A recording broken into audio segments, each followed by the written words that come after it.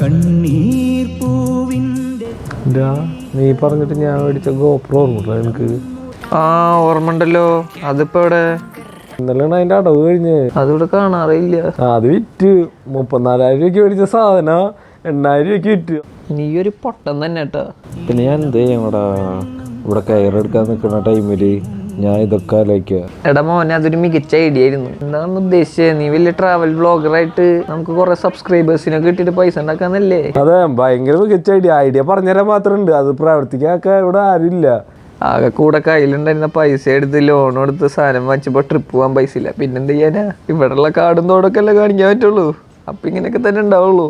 പൊന്നുമോനെ, ഇതൊന്നും നിനക്കറിയില്ലായിരുന്നു. പിന്നെ എന്തിനാ കുഴിച്ചടിക്കാന്ന്? ബാക്കിയുള്ളവരെ മനസ്സമാധാനം കഴിക്കാതെ അതും പറഞ്ഞിട്ട് നീ നിന്റെ വഴിക്ക് പോയി. ഇവിടെ പെടാപ്പാട് വിട്ടൊക്കെ ഞാനാ. അത് വിട്, പോയത് പോയി. ഇപ്പൊ ഒരു പുതിയ പരിപാടി വന്നിട്ടുണ്ട്, അതൊന്ന് നോക്കിയാലോ? മൂന്നാർക്ക് ചായപ്പൊടി കയറ്റിയൊക്കെയല്ലോ പുതിയ ബിസിനസ്. വേണ്ടെങ്കി വേണ്ട, ഇവിടെ ഈ ഓണം കയറാൻ മൂലയിൽ അനുഭവിച്ച് ജീവിച്ചോ. ഞാനിങ്ങനെ രക്ഷപ്പെട്ടിട്ട് വലിയ ആളായിട്ട് നീ മാത്രം ഇവിടെ ഇങ്ങനെ കിടക്കുമ്പോ എന്നോടൊന്നും പറയരുതിട്ടാ. ഇല്ലടാ, ഞാൻ ഒന്നും പറയില്ല, നീ രക്ഷപ്പെട്ട് കണ്ടാ മതി. സംഭവം ഒന്നുമില്ല, ട്രേഡിങ്. ഞാൻ തൂങ്ങണത് എനിക്ക് കാണണല്ലേ? എടാ, നീ വിചാരിക്കണ പോലെ ഡൈപ്പല്ല, എൻ്റെ കൂട്ടുകാരന്മാരൊക്കെ ചെയ്യുന്നുണ്ട്. ഇതൊക്കെ വല്ല നടക്കോ?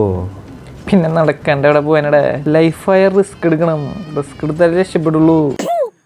ഇതാണോ സംസ്കാരം? അതൊക്കെ പോവാ.